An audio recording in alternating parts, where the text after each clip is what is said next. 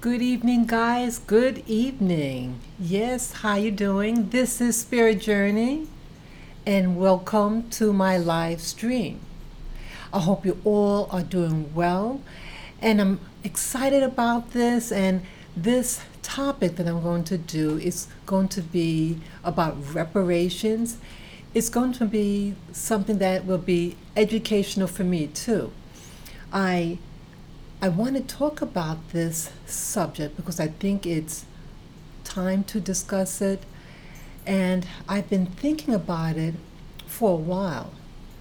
And the reasons why I'm going to do this topic, it was something was pressing me the other day, and this was about the comedian Monique.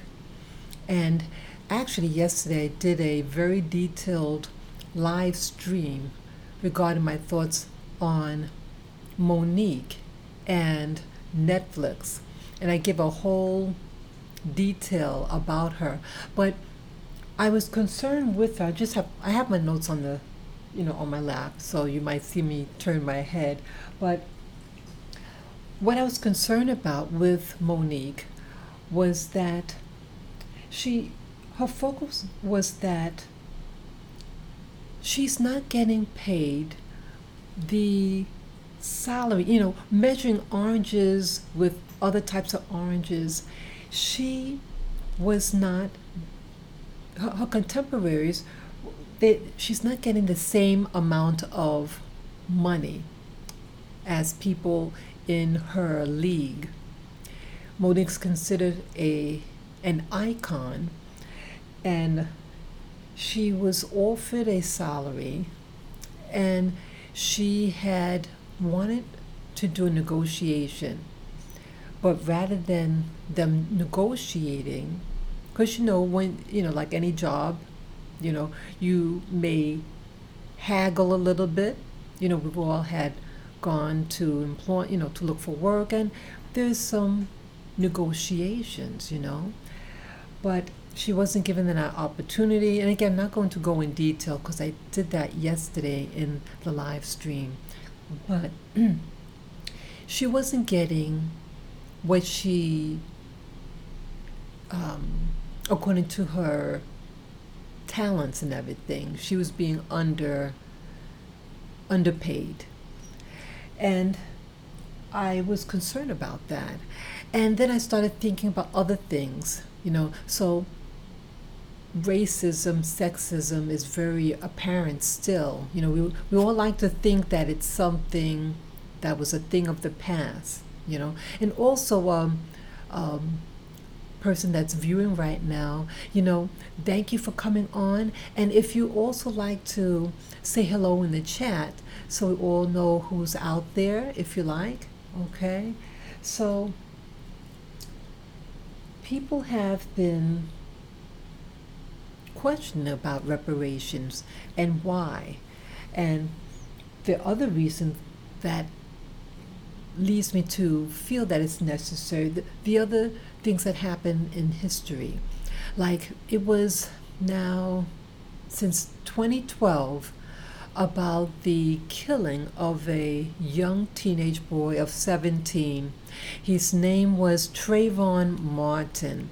And actually, that incident, if those of you who don't know who Trayvon Martin, who he was a 17-year-old black boy who had spent time with relatives in Florida, and he had gone outside to a local like candy store, and he purchased some stuff, and he was on his way back. And while he was on his way back, he was tracked down by this 27, I believe he was 27 years old. His name was George Zimmerman. George Zimmerman, is a self-appointed security person for the community that he lived in. And he claims that there was a lot of robberies and crime going on, and he appointed himself to like be the scout and look around, keep the neighborhood safe. He didn't know who this 17-year-old boy was, Trayvon Martin, and his paranoia got the best of him. And again, George Zimmerman is a man of white and Hispanic from Peru background. I think he was born in the United States, but his mother was from Peru and the father is a white American. And so George Zimmerman had called the cops while he was in his car. Said there's a suspicious person and he's up to no good, and started slandering this young child who's minding his own business. He wasn't doing anything wrong.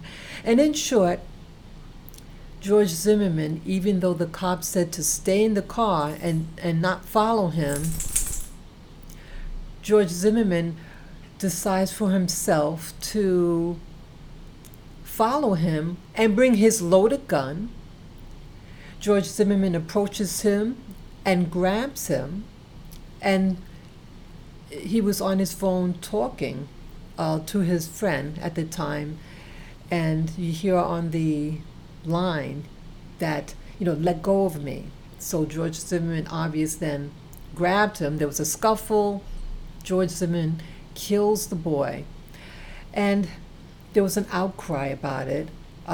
They didn't know where Trayvon Martin was, the parents, his relatives, and even though it was right near where he was staying, where he was living at the time, his relatives didn't know where he was, and then they found out where that he was killed. But they didn't arrest him right away. And to again make a longer story shorter, that there was a trial, and he was acquitted. And when I heard that story about him being acquitted, I was really, really upset. Here's my little doggy here. I was really upset about the whole matter, and I have nephews myself. And so I'm thinking, what if this was one of my nephews? And what if they're just minding their own business and something like this happens? So I took it personal. And again, I have brothers also. And so it could have been them too. So this was an awareness for me, being a black woman. I was born and raised in the United States, served in the military, and here, something like this in 2012, that people have to worry about making people who want to protect white interests to target a teenage boy who's minding his own business. So it was really, I took it very hard. So that was another thing. I said, we need protection, we need reparations. See, when I feel with reparations is about correcting a wrong. And it's to serve as like a punishment for those people who persecuted us and still persecuting us. And then there was another incident that you stayed there. Yeah, my little doggy again. Let me show you her, so you know what I'm looking at. Okay, this is Lily. You gonna behave yourself, rough? Okay, that's what's happening here. She's moving around and she wants me to pet her. You gonna go down? Okay. Yes, so that was a really, really big concern for me, There was another thing that troubled me. Like I also mentioned in yesterday's live stream, I was born in Queens, New York, and I went to the old neighborhood nearby, like no more than 2 miles away from where I was raised. And I went to get a manicure pedicure, and when I went into the place, no one there that was to do the manicuring, none of them were black. And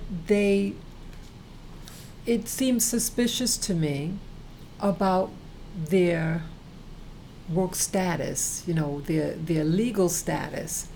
It was just a weird environment, and I didn't expect to see who I saw. In New York City, at least in this area, the people who generally do the manicures, pedicures are usually from Asia. And so this time, it was different. So I guess not expecting to see who I saw, and then not receiving the things that were to be sanitized. There was a whole lot of issues. But I was thinking, wait a minute. This is a black neighborhood, but the practitioners, none of them are American, none of them are black, and none of them are from the area. So it made me hypersensitive and aware of who I was and also who I'm not. Okay? So it just kind of just sensitized me to everything. Okay? Sometimes I can't even read my own handwriting. I need my glasses right now. Okay. Yeah, so I just felt that having this influx in New York, and again, nothing wrong with immigration. I'm not against immigration, but I'm concerned about social engineering. This social engineering, my concern is that it is designed to push out American blacks, push us out from many opportunities.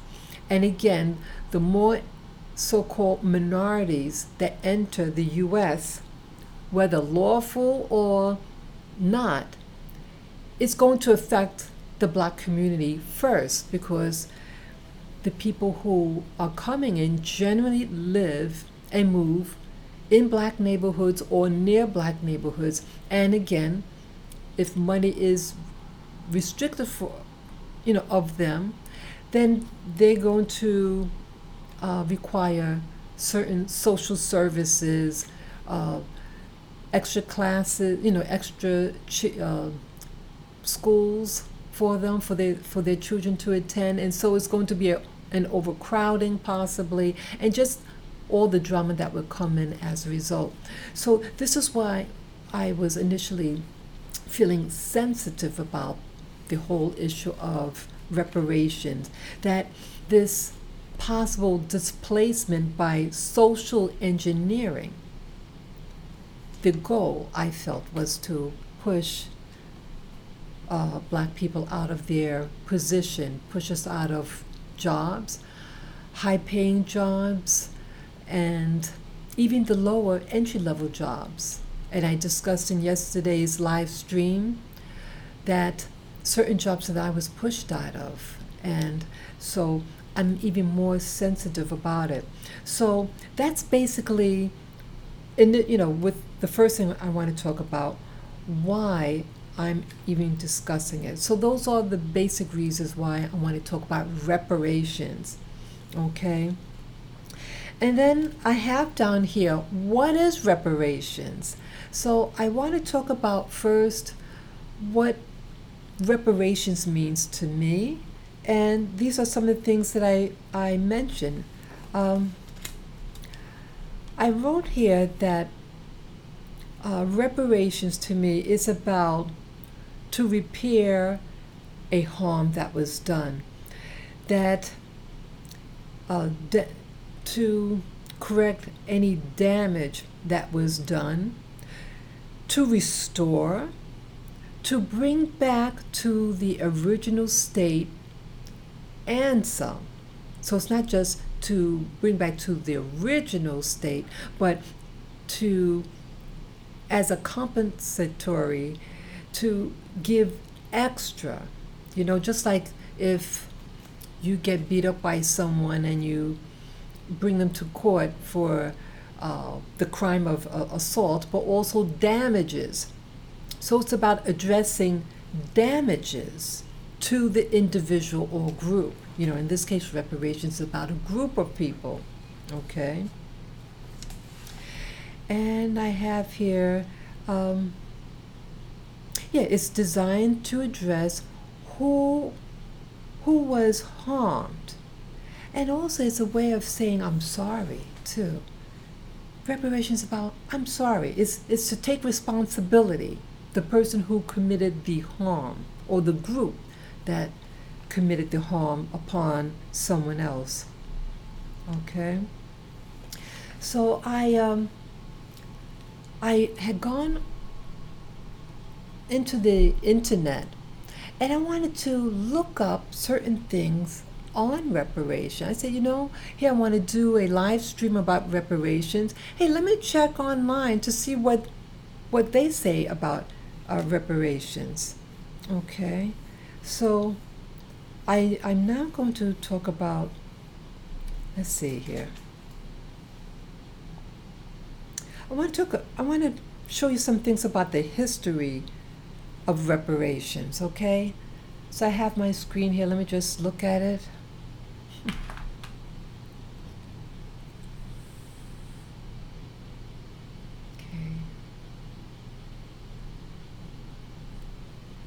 Okay, let's see here.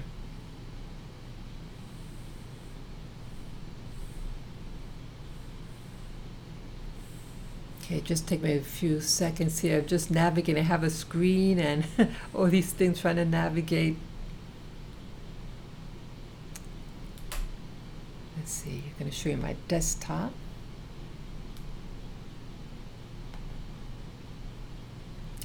Okay, so you see on the screen here, I found on the internet. Okay, it's a Wikipedia. And this is about the U.S. historical context on reparations. Let me show you the top part so you know what I'm talking about. Okay, reparations for slavery debate in the United States. Okay, and it says here, reparations for slavery is a proposal that some type of compensation, see that's a key word, compensation, should be provided to the descendants of slaves from the Atlantic slave trade. Okay? Then it reads on, this idea has been recurring in the politics of the United States from the 1865 Special Field Orders number 15, and in brackets, 40 acres and a mule. And as you see also it says in the 2020 Democratic Party presidential primaries, okay? And so let me just read on anything else here as it pertains specifically with the United States. Okay, U.S. historical context. Okay, let me read a little bit of this. The arguments surrounding reparations are based on the formal discussion about many different reparations and actual land reparations received by African Americans, which were later taken away. You hear that?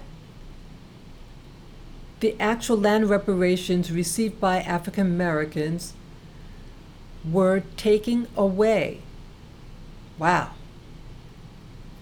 In 1865, after the Confederate States of America were defeated in the American Civil War, General William, I don't know how to pronounce that name, but the last name Sherman, issued Special Field Orders number 15 to both assure the harmony of action in the area of operations and to solve problems caused by the masses of freed slaves, a temporary plan granting each freed family 40 acres of tillable land in the Sea Islands around Charleston, South Carolina, for the exclusive use of black people who had been enslaved. The army also had a rumor of unneeded mules which were given to settlers. Around 40,000 freed slaves were settled on 400,000 acres in Georgia and South Carolina. However, President Andrew Johnson reversed the order after Lincoln was assassinated, and the land was returned to its previous owners. Wow. In 1867, I don't know how to pronounce the name, Stevens sponsored a bill for the redistribution of land to African Americans, but it was not passed. Okay, so you had people that were trying to establish some type of form of reparations, okay? So, you can also read this on your own leisure. So I'm just going to read I'm just reading a part of it, okay? So let me see here. Okay. This information here. Okay, let me just go back on the screen. Wait a minute. Okay. Yes, what I want to also show you something else, but okay, so I gave you information about the, a brief historical context to reparations, or the attempt of reparations, and that it was initially like a little band-aid was put on the situation because you had all these families of former slaves, and they were initially given land. Each family was given 40 acres, and then it was taken away. So it shows, see, there's a lack of heart. There's a lack of, it's a sentiment that you don't deserve it. And so again, I'm thinking about Monique, and how Monique, even though she was deserving of a better salary, it was like an insult. And then to be taken away, they said, we're not going to use you anymore. And so it's reminiscent to me that here, the promise and then the pulling back of the promise, and then the sentiment behind it. And we all know that after Reconstruction, that these hate groups like the Ku Klux Klan was established, and then this harassment and the Jim Crow laws that were placed primarily in the former the southern, the Confederate States. And it showed a contempt for black people, an anger, a resentment. And I feel that's the same thing that's happening with Monique. And as Monique mentioned, that in the past, that the term uppity Negro was a term used for any black person that stood their ground, because we weren't supposed to stand our ground. We weren't supposed to look a white person in the eye. We're supposed to always look down, on the ground, and never look at them in the eye, because looking them in the eye is considered confrontational. So even though you weren't being confrontational, you have the right to exist, to be. And they have a right to look at you, so why can't you look at them? So it's one-sided, So it's just it's very telling. Okay. So the other thing I wanted to talk about with regard to reparations is what it's not. What is it? Of course, I describe what I felt what reparations is all about, but what it's not. And I've heard in the past, some people were, I think that they were more being sarcastic about the term reparations. It's it's almost like a taboo word, reparations, that it provokes resentment and fear to some white people. And now you even have some blacks who seem uncomfortable with the term reparations and like to trivialize it, you know? But I think it's something, that it should be discussed. Why is it taboo?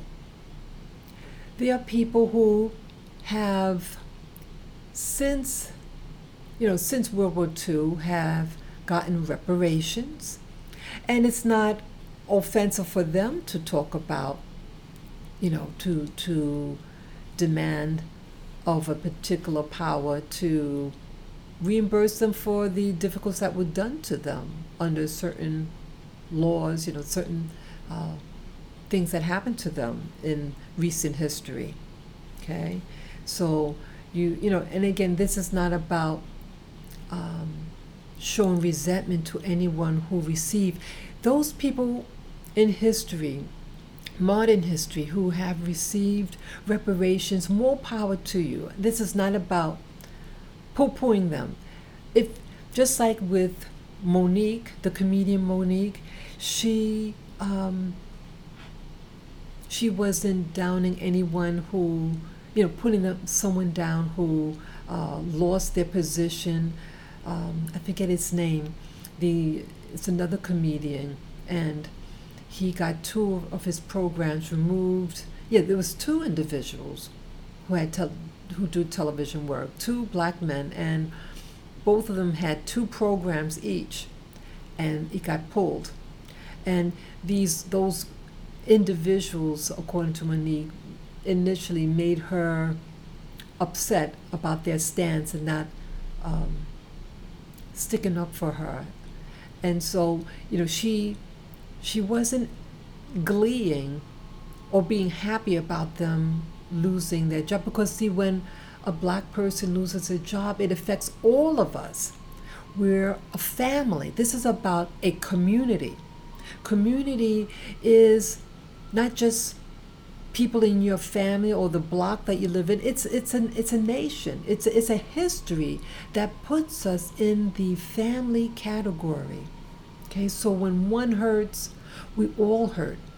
And so that's my stance about reparations in general, as it pertains to other people receiving some type of compensation because a harm was done to them. So let me see here. So the so-called kind of sarcasm about what people think reparations is public assistance. And when I heard that they were trying to put public assistance, that's a black person's reparations. See, some people want to promote that sentiment. Well, if you receive public assistance, that's your reparations. And that's a slap in the face to even suggest that.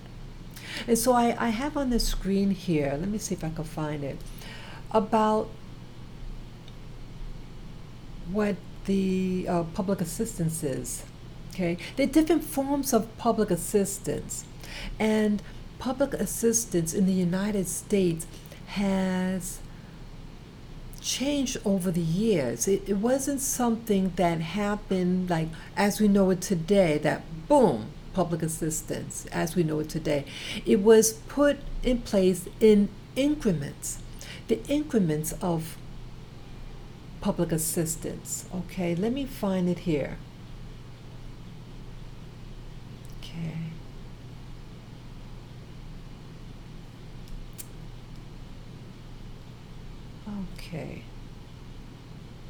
Okay, let me start this. Let me show you this screen here. And I hope you find this interesting as well. Okay, this document here is from the Social Security Administration. Okay, so it's a government document. And I'm just going to just skim over some of the things that I thought was highlighted. Okay, on the bottom here, it says, by the 1930s, private industrial pension plans were far more developed in the real industry than in most other businesses or industries. But these plans had serious defects that were magnified by the Great Depression. Okay, they talk about you had people who worked in the railroads, and they were compensated for that. Okay, let me read on.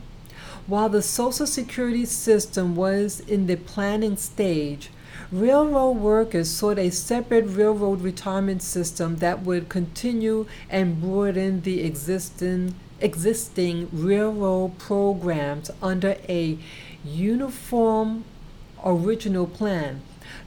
The proposed Social Security system was not scheduled to begin monthly benefit payments for several years and would not give credit for service performed prior to 1937. Okay. While conditions in the railroad industry call for immediate benefit payments based on prior service, legislation was enacted in 1934, 1935, and 1937 to establish a railroad retirement system separate from the Social Security program legislated in 1935. Okay, let me just skip a little bit. Other programs also made advances in the period since 1935. In 1948, the last of the states adopted a workers' compensation program. The laws regulating to work-connected accidents gradually improved the provisions for medical benefits and rehabilitation extension services. Okay, so the system is about, you have people who get older, you have people who get hurt, and that the government can't just have masses of people unable to survive. So that's why these benefits were kicked in. And then as you see, it's not based on race. Okay, so this is not, Social Security is not reparations, because it's not about repairing a wrong that was done to them. It's about, hey, we all get old. Sometimes we get hurt on the job. Okay, you have, the government has a responsibility to protect and serve its citizens. Okay. Let me see here. There was something else. Okay, here they have a list of different things. Development of the Social Security programs. Okay, so the first one, 1935. So it all started in 1935. Okay, as you see here, Social Security, old age insurance, unemployment insurance, and public assistance programs for needy, aged, and blind, replaced by the SSI program in 72, and aid to families with dependent children, replaced with block grants for temporary assistance for needy families in 96. Okay, and then you have here a list. You have for railroad retirement system, public housing in 1937, Social Security old age and survivors insurance, National School Lunch Program, that was in 1946, aid to the permanently and totally disabled, replaced by the SSI program in 72, Social Security disability insurance, etc. Oh, look at this, the food stamp program, 1964, okay? Medicare and Medicaid programs, 1965. School breakfast programs, 1966, okay, etc. So as you see here, this is all under a, financial assistance, but it's not based on race. It's not based on one's historical disadvantage because a wrong, crimes against humanity, that was done on a group of people. You see that? See, that's essential. So you have some people who'll say that public assistance is your reparations. But as you see, it has nothing to do with the wrong that was done to us. And there's something else I want to show you.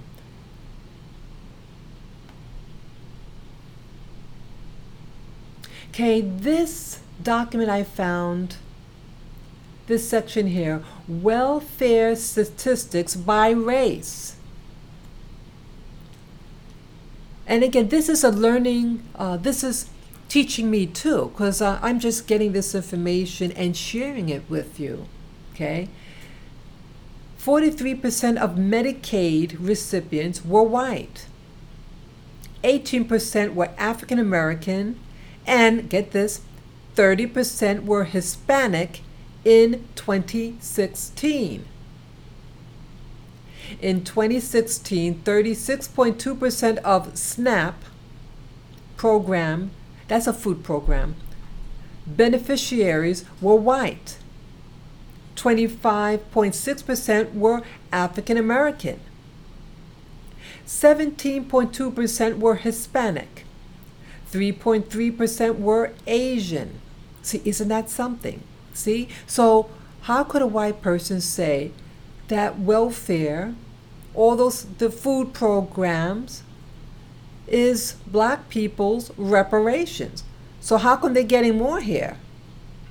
They're getting more benefits. I mean, the higher percentage are getting these free money programs, okay, of TANF recipients in 2016. I don't know what that is, but 27.9% of were white, 90.1% were African American, 36.9% were Hispanic.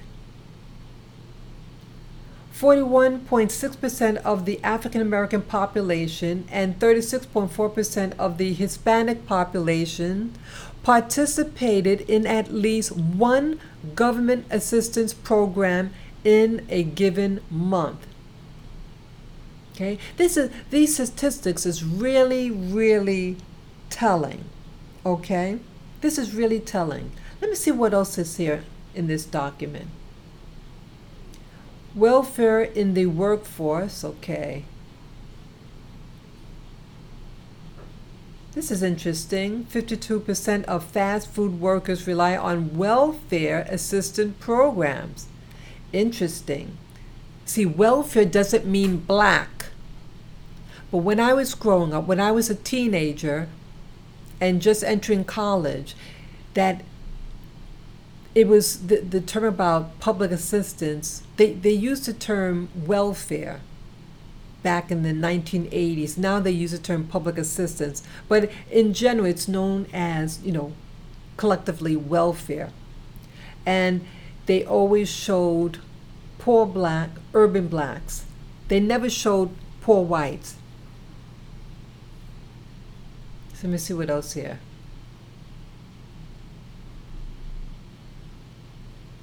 Let's see. Look at this. 152.8 billion, that's B as in boy, is spent each year in the United States on welfare programs to support working families with low wages. That's a lot of money. 6.7% of full-time workers participated in one or more means-tested assistant programs. Okay? So this is really telling. Okay, so I thought that was really, really interesting data to share. Okay.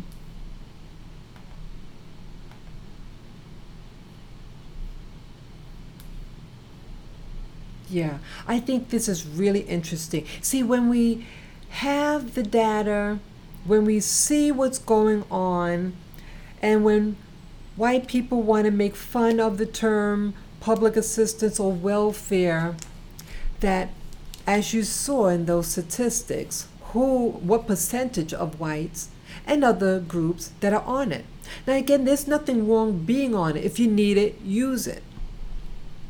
But welfare or public assistance, I want to stress, is not reparations. So that's the main point I want to give. Next thing I have here in my notes, I asked the question, why is the term reparations, why is it so taboo? You know, why is it? So these are some of the things that I wrote down. Let me get my glasses. Okay. I wrote here that it's considered taboo because we don't want to upset white people. So we don't talk about it. Black people don't want to talk about it because it might upset white people. Okay? Embarrassed, and it's reminding you of your history. Okay, you don't want to be reminded what happened to you in history. So that's why it's also hush hush. We don't want to talk about it. Won't acknowledge the wrongs. Okay, that's a biggie. See, reparations, when people say no reparations, oftentimes, in my opinion, that again, even though no one is physically alive who had enslaved people, they're all dead and gone, but you have the ancestors, the progeny of these people. And a lot of these people are in power now, and a lot of them are discriminating against black people. So if you know that your direct ancestor was responsible for having slaves and kidnapping people and all this stuff, you don't want to talk about, you don't want to acknowledge that. It's hard. It's very hard, I would imagine. So it takes acknowledgement. When someone says yes to reparations, they're making an acknowledgement about something. Because again, reparations is about to repair what was done upon someone. Okay? So they won't acknowledge wrongs. Some people may feel that, well, it happened long ago. Just forgive and forget.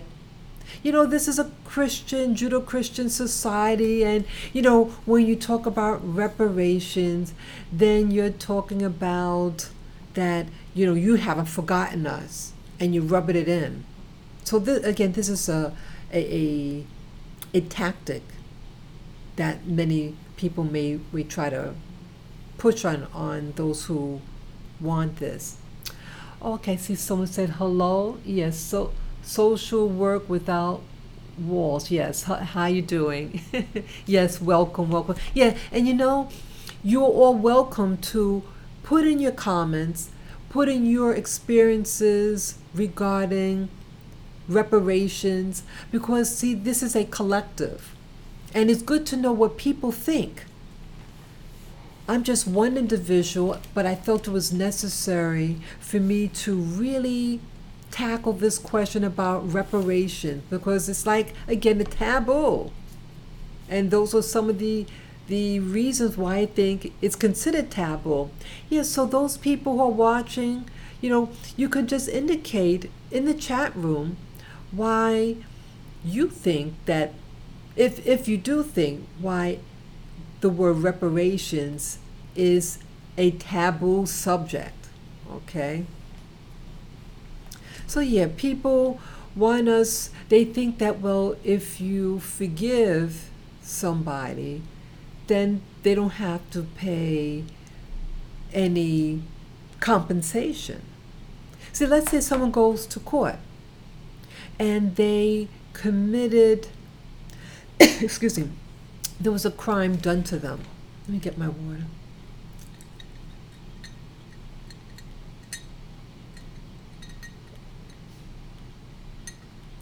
I'm sorry about that. Well, I started to cough there. Yeah, so let's say you get injured, and that's if someone's clowning around and the got someone got hurt by them, and they bring them to court, the person who hurt them. Now they might say, well, we were friends, and we go way back. I wish you forgive me. It's okay, yeah. You're clowning around and you hurt me. I could forgive you, but hey, I'm out of work. I'll be bedridden for a month, and the income that I would have gotten now I won't get it. Who's going to take care of me during these times? So the lawsuit is about damages that was done to them, and if it was suffering and also involved in it, let's say they were malice about what they were doing against this other person. So it's malice, and definitely slavery was about showing malice. These oppressors, they were able to do the work by themselves. They didn't need this help. It was greed. So it was maliceness, and it was to show about control and power over these people. So these are important things to look at with regard to reparations, the pain and suffering. And it was for generations that happened. So I asked myself, this is the controversy, more controversy. And it's something I really don't know, but it's something that I could, discuss with you guys, what you might think, okay? I asked the question, who is to get reparations? And who decides who gets reparation? And if so, how much? Yeah, that is a hot question. Questions, yeah. Who is to get? Who decides who gets? And how much? So, let's see. My answer in that question, what do I think? Who is to get? Well, I would say who's entitled to reparations are the direct descendants of black people who were forcibly removed from their homeland in Africa and brought to the United States as slaves. And those people are the ones who I would say. But the next question would be, well, what if someone, you have people from U.S. territories. That would include like Puerto Rico or the U.S. Virgin Islands. Now, the U.S. acquired these islands, and yes, these people were put under slavery. Okay. Let's see.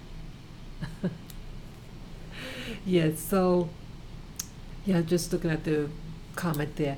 Yes, so you have those places, those territories of the U.S. Now, are they to be included? See, the U.S.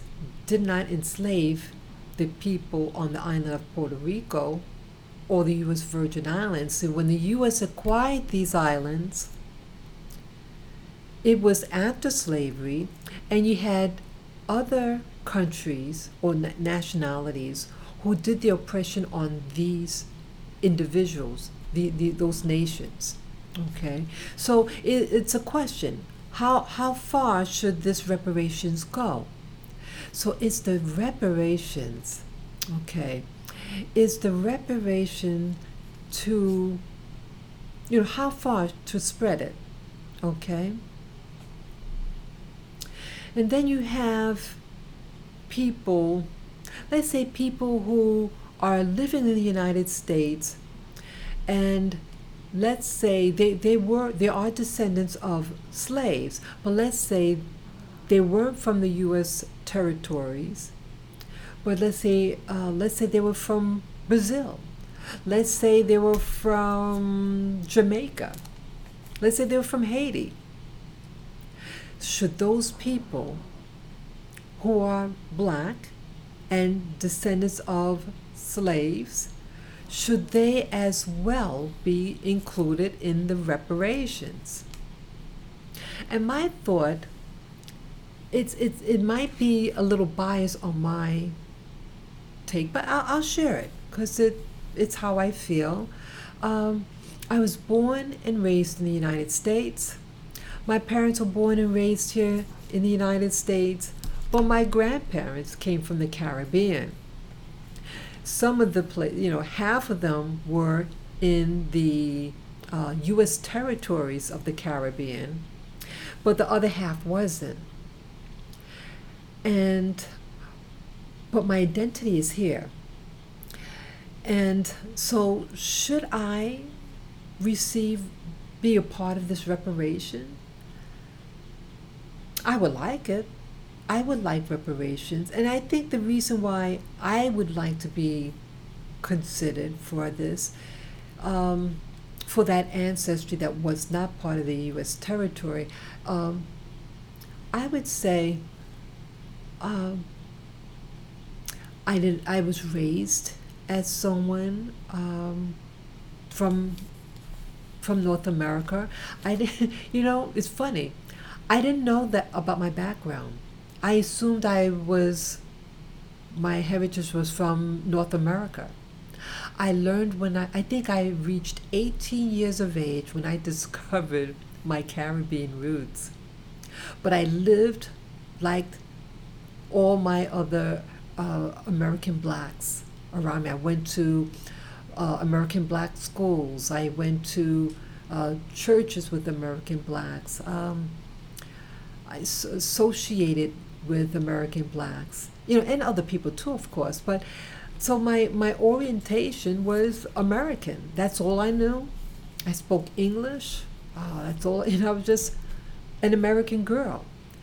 So, and again, I was I'm military.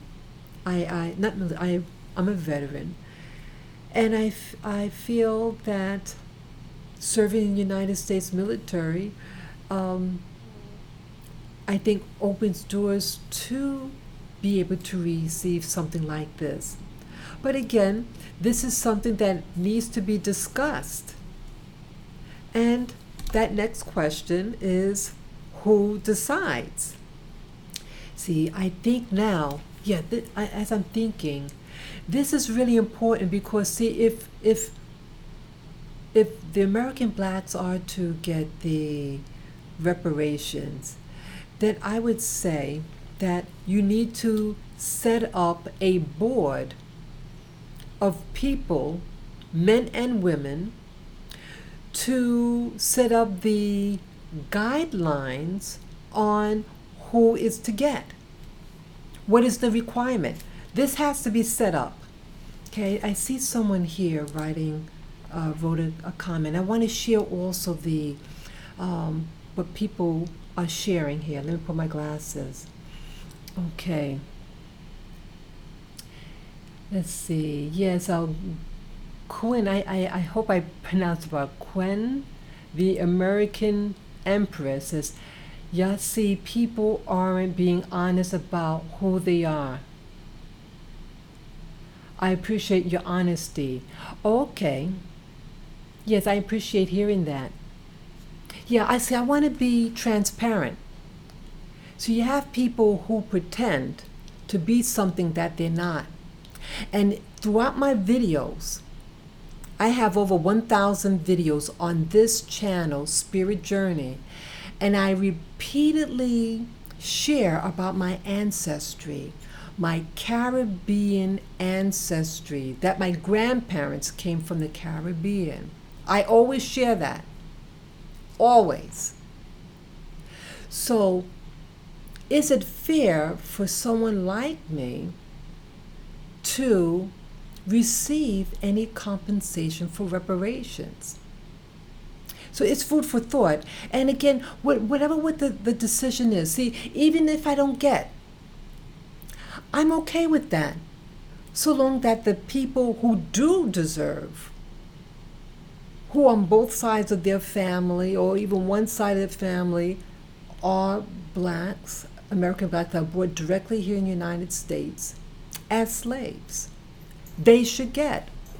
And I think that the board of the board that should be developed for this decision making, all of them who are selected should be members of that community who on both sides. See, I think to keep it on both sides, that it's just strengthening to protect the integrity and the protection of what you are entitled to.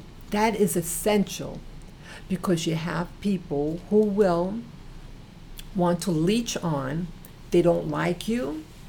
They don't want to be associated with Black Americans, but they want to get on the board and decision making and pull out the resources and give it to their own groups.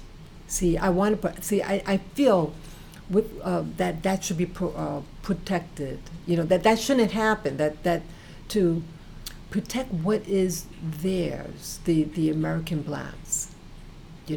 Because you have people, as I said, who will try to take from you.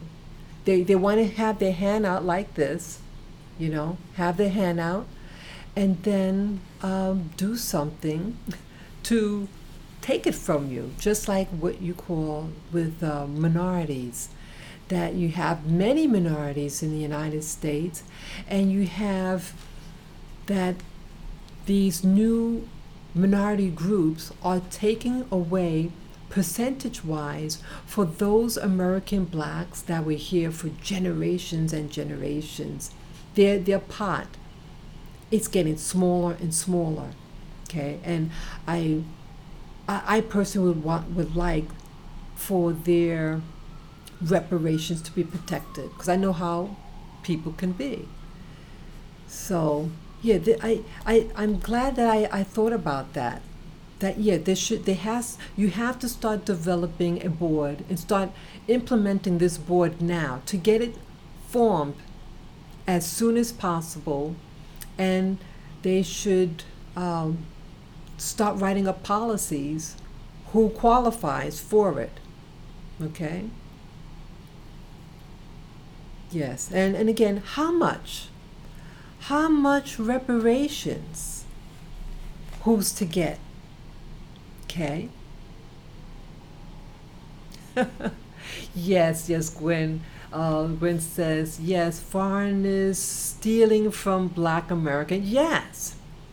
Yeah. See, even though that my grandparents from the Caribbean, half of them from the U.S. Virgin Islands, and then the other half completely foreign, not any U.S. territory, that you have to protect your interests. Because just because someone is Black doesn't mean that they should get the reparations. Okay? You have people who are coming from Africa now. They weren't slaves, and maybe they might have been even part of the kidnapping of slaves and selling them to the European. Okay? Should they get, because they're here now in the United States? See, these are things that have to be discussed. We don't think about it. Yeah? Let's see what else here. Yeah, so again, how much? So as I read in the, on the document that I found on the internet, that the families that were here in the United States, the 40 acres and then this was removed. Those families, if you can track them down, they should get their 40 acres. Yes, that's what I feel. They deserve the 40 acres and the damages for them not being able to have that land for all these generations. Yeah, damages to those people. And they were to get what they call like a mule also. So maybe instead of the mule, you get a tractor. Okay. So at least the land. So in history, they initially did get 40 acres. So shouldn't they now get the 40 acres? That would be fair. That would be fair for these families. And me personally, my thoughts about the 40 acres, that not only, oh, what's going to say now, the 40 acres? I'm trying to remember now. I'll remember it. I forget what I was going to say regarding the 40 acres. Okay,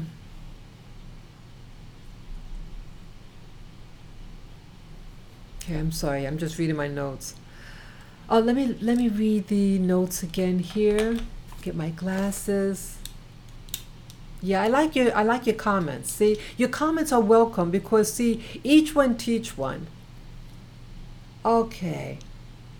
So Gwen says, and American is from Africa, and American blacks are those descendants of the original peoples of North America. Okay, interesting. Oh wow, you're hitting something on the head. Okay, wait. The African American is from Africa, and the American blacks are those descendants of the original peoples of North America. Okay. Now there is a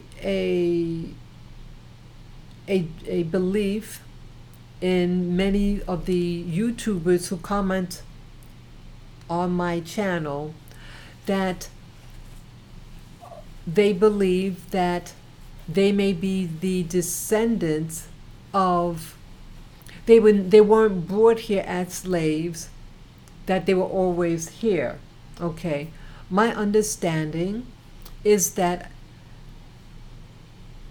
we were brought over from Africa into the Americas, at least with my genetics, because I did get my genetics tested, and it's just what I thought, okay, according to my DNA test that I took. So, should people who claim to be, as Gwen puts it, she says, American blacks, should, according to Gwen, QWEN, should American blacks then receive reparations? Because if you weren't forcibly removed from your homeland and enslaved, so should you get? You know what I'm saying? These are very good questions. If it's such thing of blacks who were here at the time of Columbus in North America, should these people who were here get? So my understanding with that, then they would be classified as Indian. And the Indians are giving an allowance. They're considered the indigenous population, those people who were here at the time of European colonialism,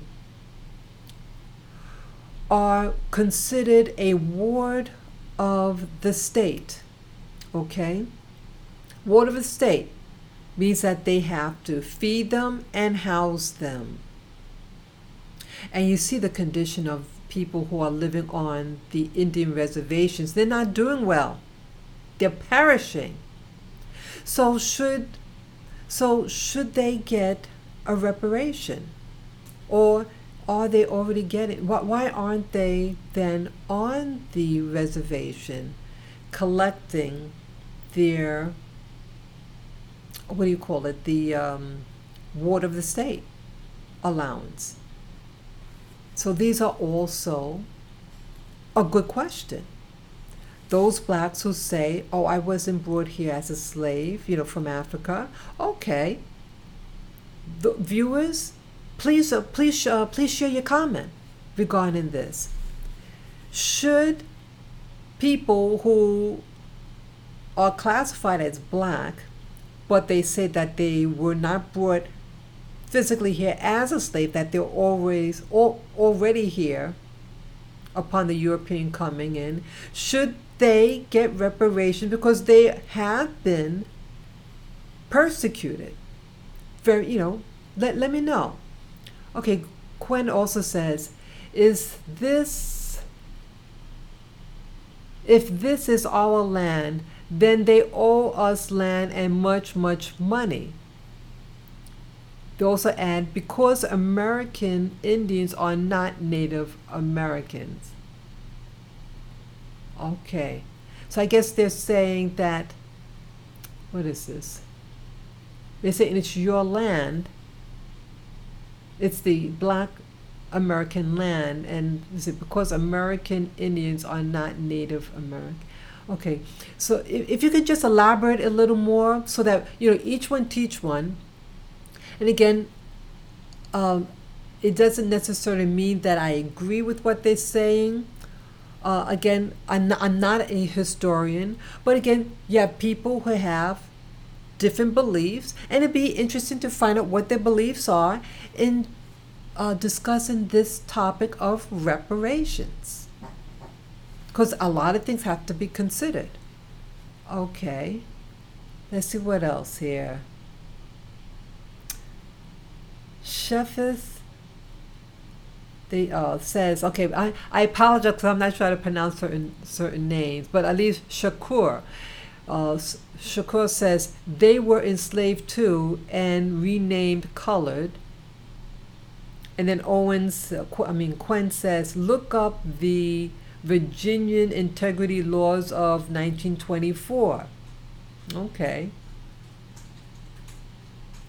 So these are just some of the comments that's being shared on the chat, and I appreciate you. I appreciate you sharing with me the information on the chat, because again, it's helpful. It's helpful to it's about brainstorming also, and it's, I think, something that has to be discussed rather than waiting later on to discuss it. Discuss it now.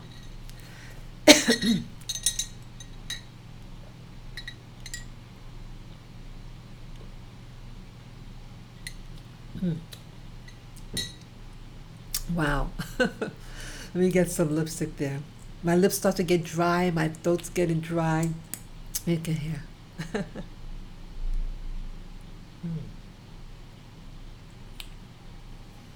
Sorry about that. Yeah, my lips get real dry sometimes, and my throat.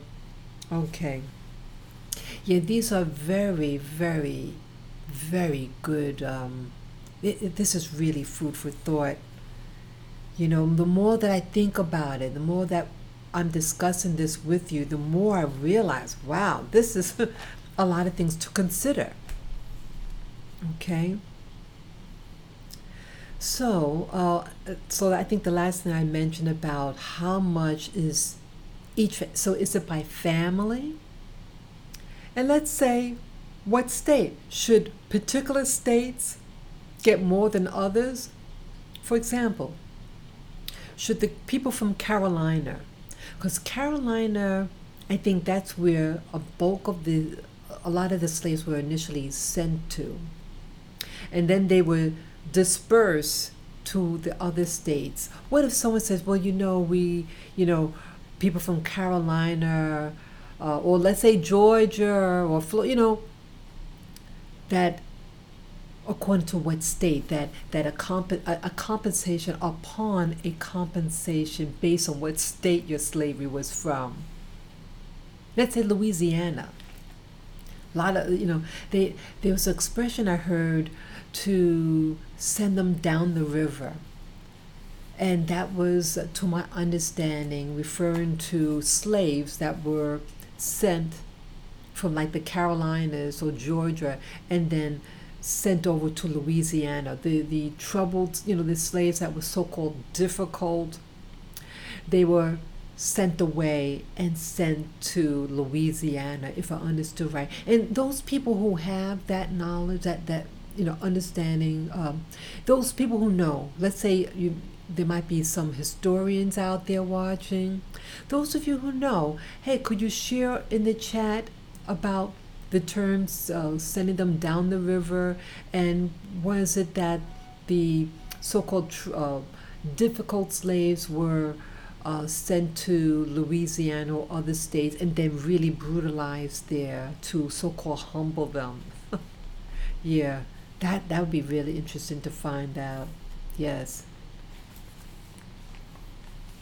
Okay, so again, so by state, which state gets more or less? What else here should be considered? Okay, let me just go on then. Okay, there's other considerations. Now, as I mentioned, what my thought about what reparations is and what reparations is not, I thought there were things that must also be considered. Okay, reparations, like I've been hearing people say, oh, I deserve this a certain amount of monies, and like you hear of people who won the lottery. I've heard of people who win the lottery, and they may not be disciplined.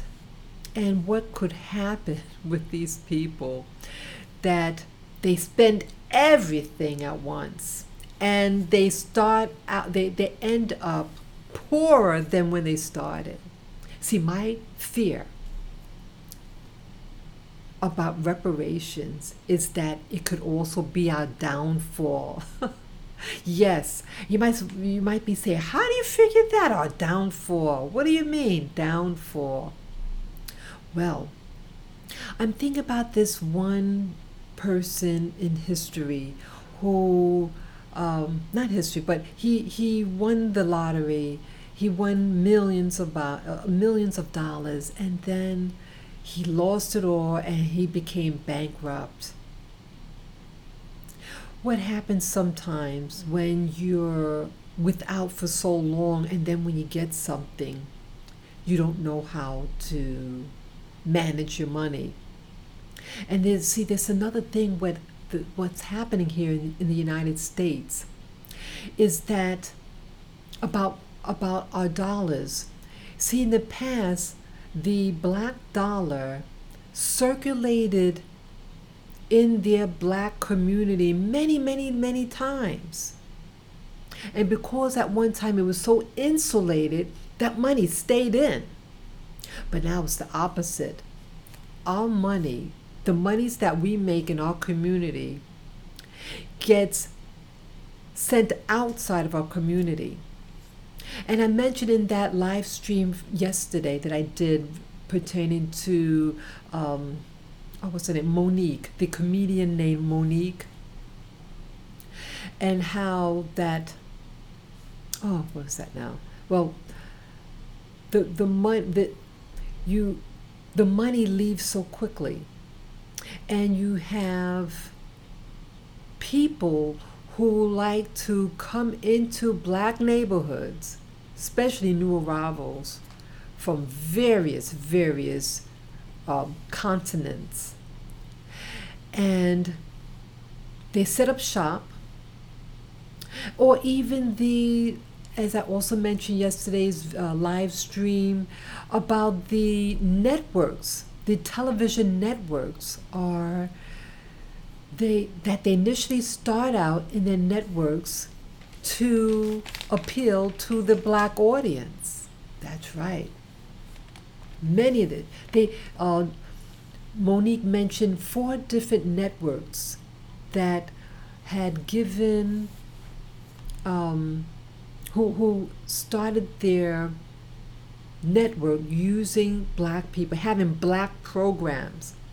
And then once they became really strong and full of money, they switched it and then they put in white programs. See, the same thing with our black neighborhoods.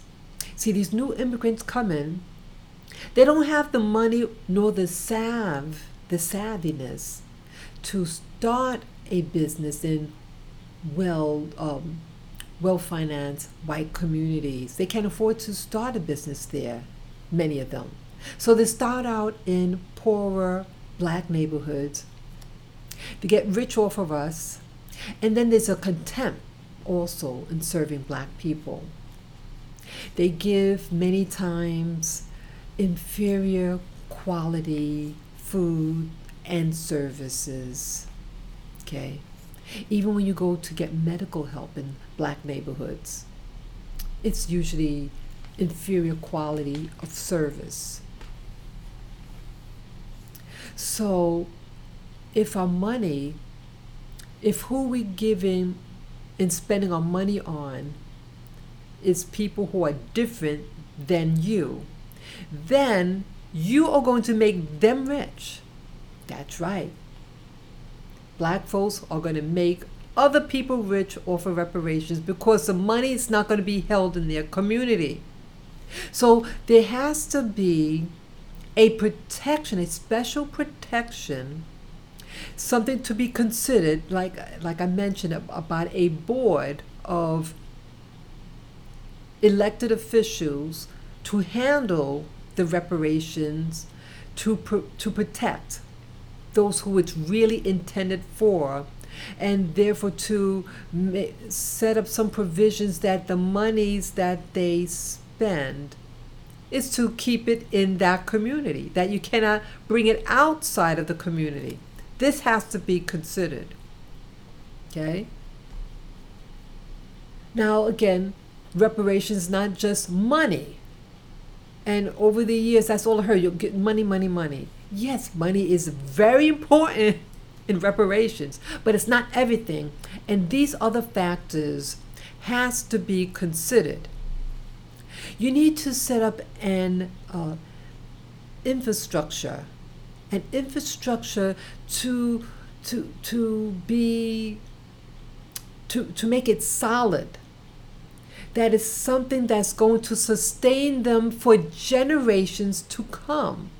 And some of those elements that help to keep that infrastructure, you need a banking system, a currency, and as we see that the currency that's, we need something that's based on gold, silver, something, because right now it's not based on anything. And so you're going to lose the value. So you want your money backed with something that's solid. Okay? You need a system for health care. What's good of having reparations and you're sick? We're one of the sickest people in the United States. Okay? So we need to be able to have a longevity and to perpetuate our generations, our progeny, So to have that, you need good health care. Okay? You need land. Okay? I did mention about the 40 acres, but you need land. And land that cannot be taken away.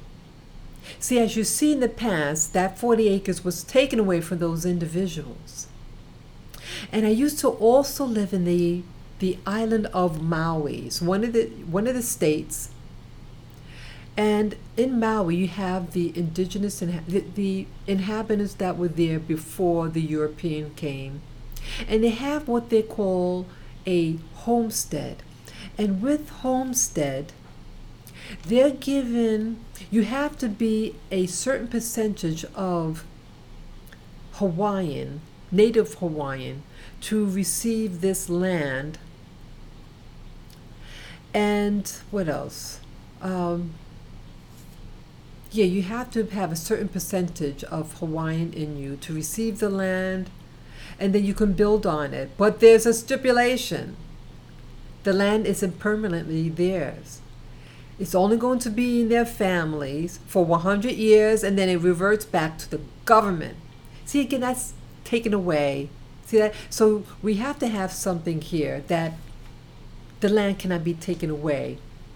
It's a living legacy of perpetuity that it is to keep on perpetuating, to live on.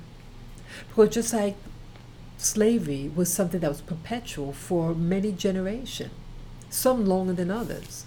So it's essential that the land be kept theirs, be kept in the family. And if, let's say, someone doesn't have children, they're giving land but they don't have children, then this land, in my opinion, is to be kept in like a trust for the entire black community of the United States. That it's held. It's not to be sold to people outside of their community. It has to be kept intact. Okay, that's essential.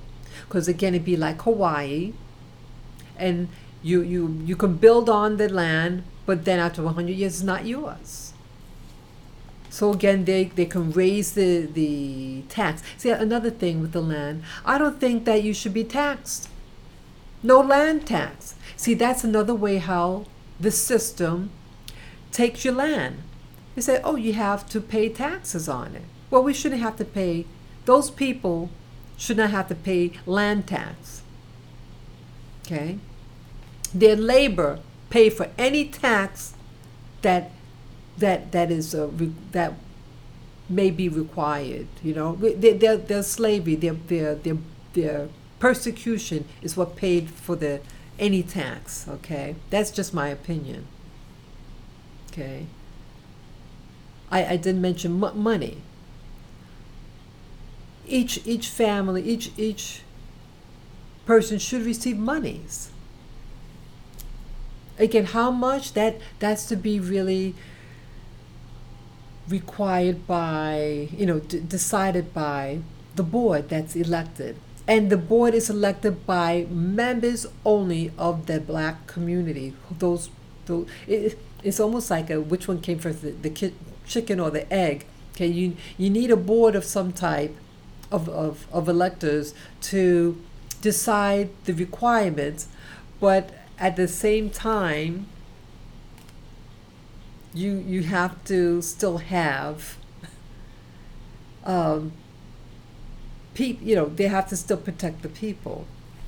It's hard for me to explain. It's like, both have to be working simultaneously, the board and the people deciding the monies. You see, schools. To have a community. See, this is about, reparations also is about sustaining yourself. And you need an educated force. See, it's not just money alone.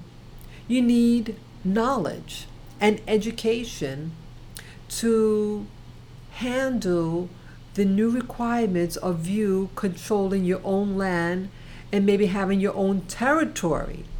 Okay, that's another thing to consider. Territory.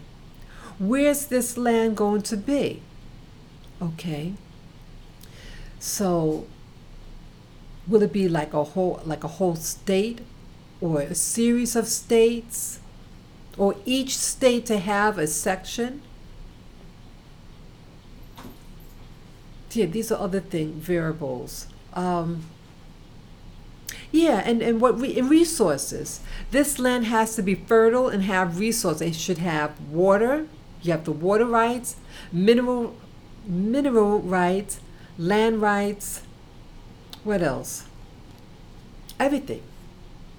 Everything, it has to be yours. Oh, with the schools, you need to educate. You need to build up an intelligent force. See, our numbers, we're large in number, but we're smaller than the majority. And like why I say it like that, see, I used to live also in the Caribbean, in the U.S. Virgin Islands. And one thing when I lived there and at the job I was at, that because it's so small, we're required to learn a lot of different skills because we have to handle more because it's less of us. So because our numbers would be relatively small, in comparison to now, because we're part of a larger body, the general American people. But now if we're to get the reparations, then I'm assuming that we're going to be living in some type of community or homestead. And so we need the knowledge to handle more things.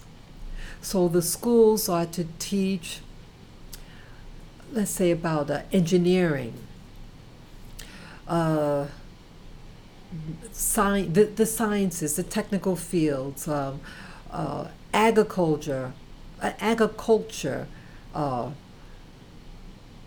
geology,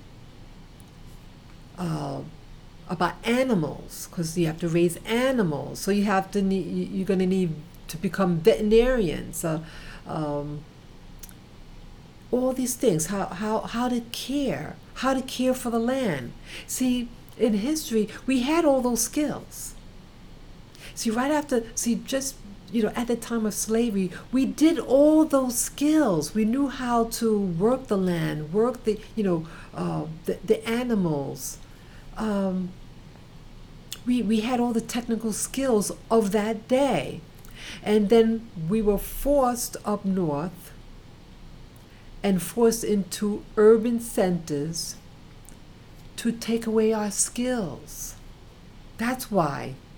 And I think that's why they set up the KKK as a means of a scare tactic to force us off these lands, because we had the skills. So we probably were outperforming the white counterpart who didn't know how to work the land. But again, I am reminded here that not all whites were slave owners, and that I was told that only 2% of the white population were slave owners. So 98% that leaves may not have had land. Okay, so the skills. So maybe 98% of white people did have those skills. That's what I meant to say, that they may have had all those skills. But one thing for sure, if you were a slave, you had those skills. And those skills were probably taught perpetually from one generation to the next. So it was like a science, I would presume, slavery, that it was crafted, sorry, it's noise like that. So it was crafted in such a way to extract out the most out of these people. So again, you need schools to teach the people.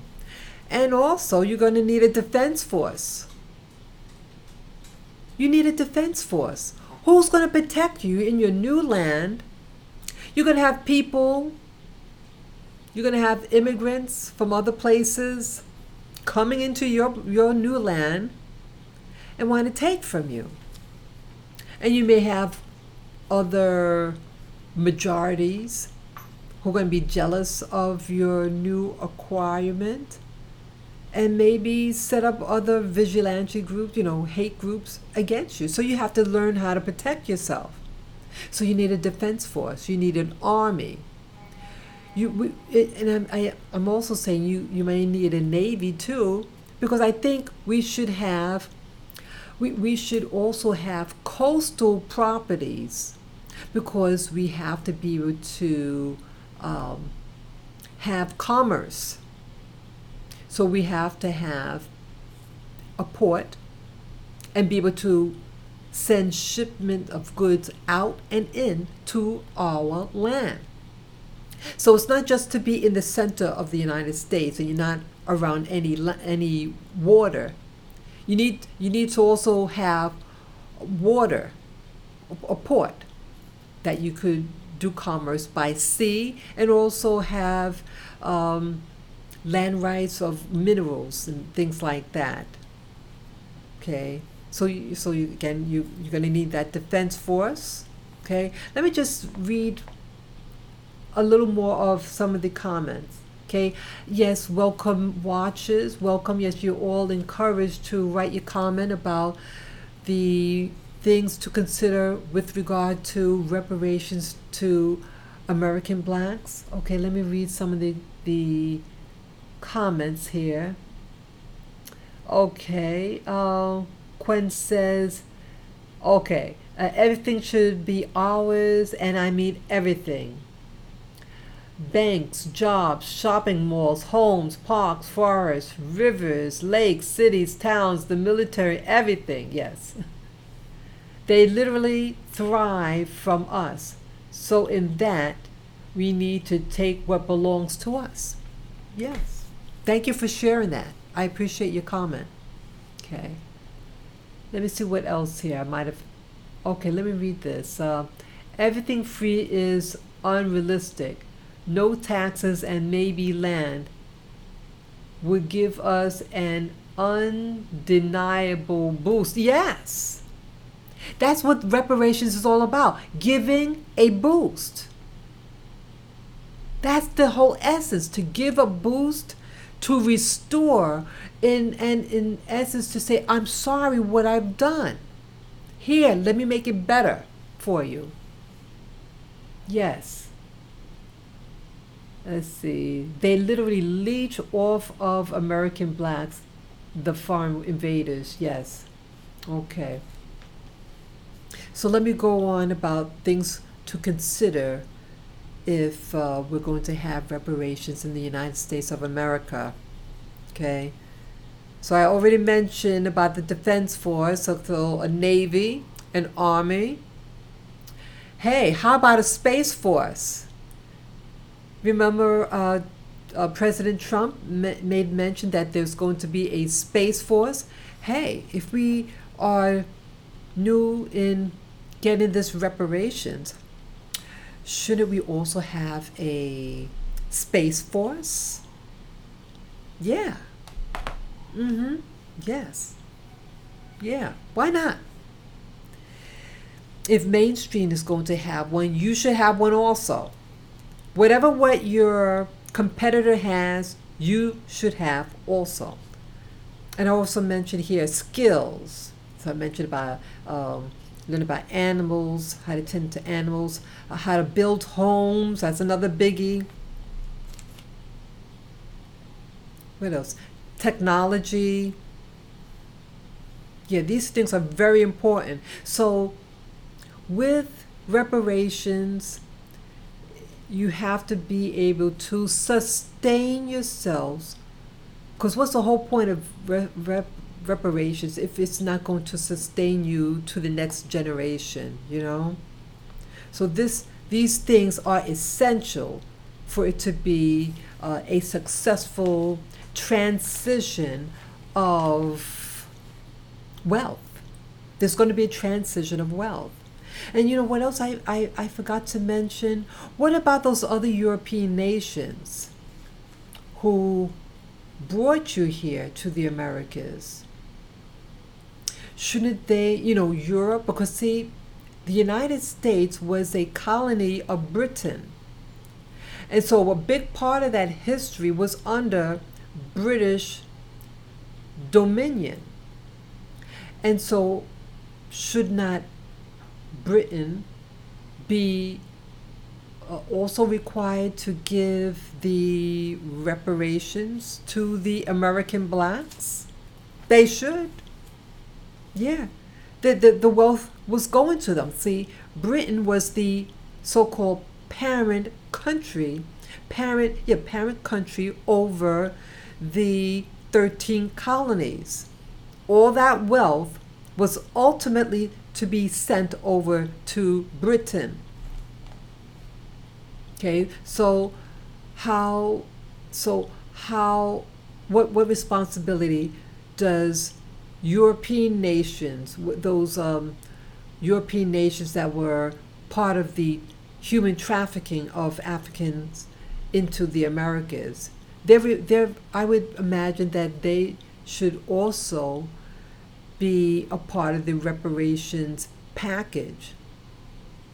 Okay, so you have the American white, the United States of America, to give reparations, but it doesn't exclude the European as well, because they are part of it and they're wealthy.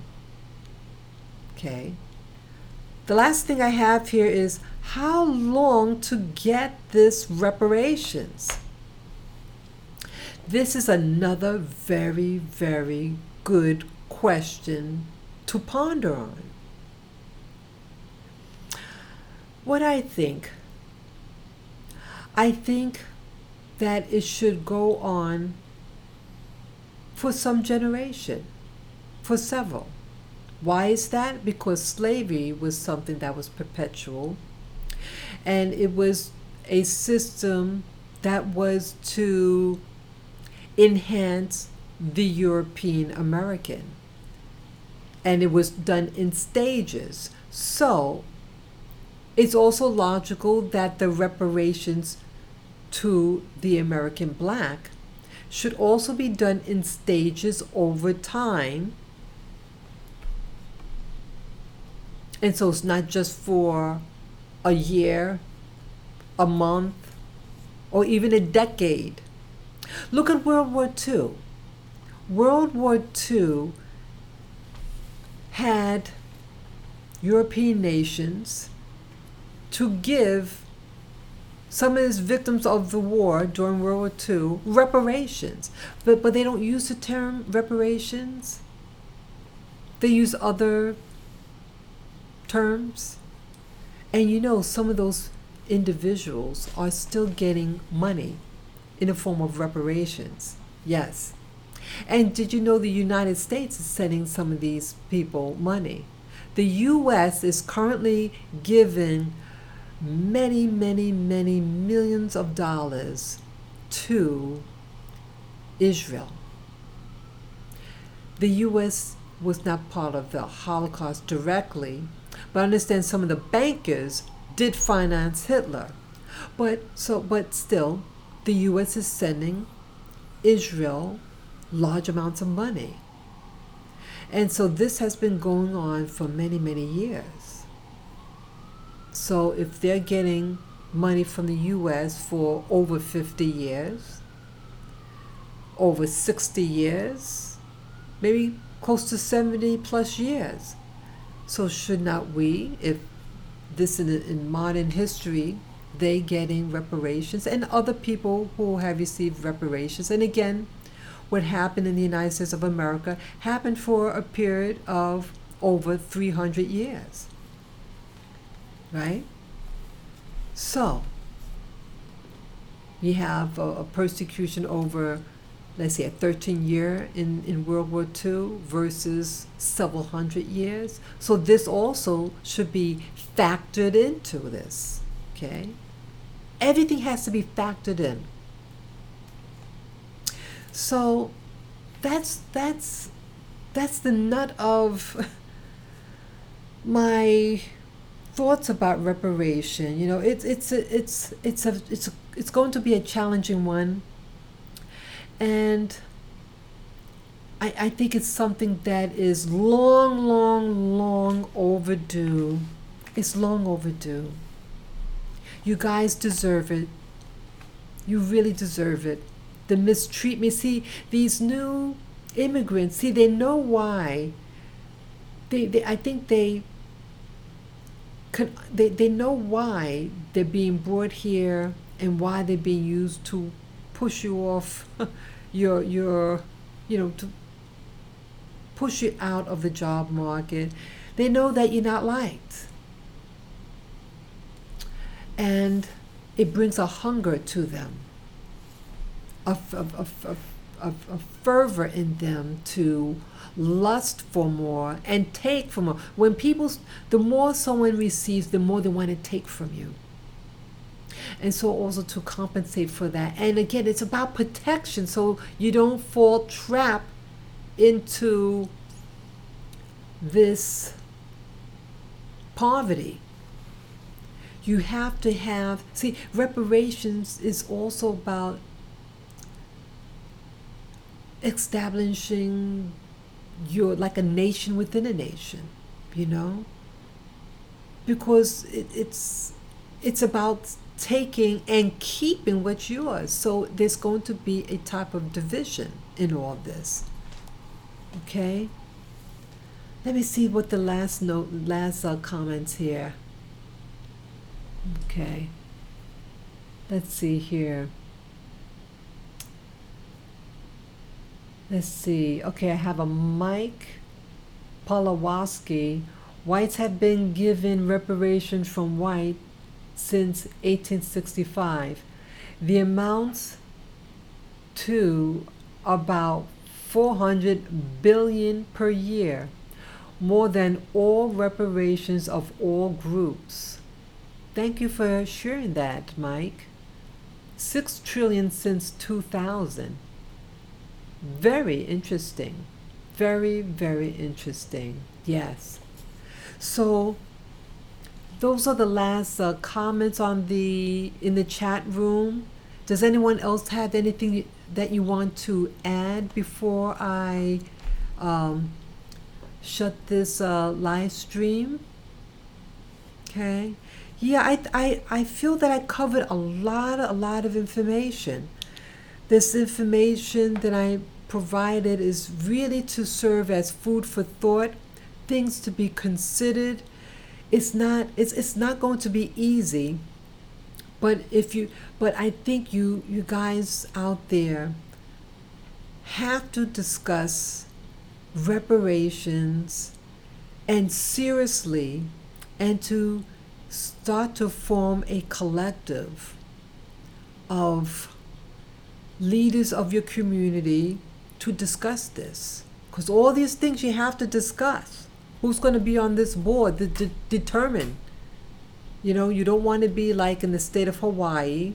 Yeah, you have people who are Native Hawaiians, and they're given a homestead, and then it's going to be taken away after 100 years. I don't know what time limit that they have, what's left in that time limit, but at least I was told 100 years, and then it goes to the government, all the land. Okay, so that sounds socialist. It's very sad. So yeah, the whole thing with reparation is to protect what is yours, so that you don't become a victim again of history. Okay, so to protect you from extermination as a group. So I feel, again, this is very, very important, and I hope I encourage all of you who are watching this live stream, or who will be watching it once it's completely uploaded, to share this video with friends, family members, share with people from your church, any clubs that you belong to. Really seriously discuss all this, because the time is coming where they're going to be bringing in more and more so-called minorities, more and more refugees, and it's going to cut you out of the picture for protection. And that's also why I'm doing this video. And yes, my background, I'm born and raised here, my mother and father born and raised here, but as I mentioned, that my ancestry of slavery occurred not in the United States of America. It occurred in the Caribbean. But half of my ancestors were from the U.S. Virgin Islands, which is a territory of the United States, and the other half is completely foreign. And so that I may not be considered to some people, but I still want you to have your reparations. Those who are brought directly here as slaves, and slavery on both sides of your family, your mother and father's side, Yes, it's to protect what's yours. And yes, and I think reparations throughout the Americas of black people who were sent to the Americas as slaves. It should be globally discussed throughout the Americas for those individuals who were brought here as slaves. It needs to be. I haven't heard anything. I haven't heard anything from Brazil. Brazil is the largest country that has the largest number of blacks whose ancestry came here as slaves. You know, what about them for their country? You know, I've never heard it over the news. So those of you who might know, you know, who might be Brazilian or know Brazilians, ask them and have them write a comment about, is this being discussed in their country? Reparations. Are they given land? What provisions are given to people of black ancestry who were descendants of slaves? Let me know. Let me know in other countries in the Americas if it's being discussed in their country. Okay, so yes, I thank you all for watching this live stream. It was something I felt very passionate about, and it's really opening my eyes about the whole subject. And I think it's something that is real, and it's something that can be done. If you plan it and discuss this with the right people, it will come in your time.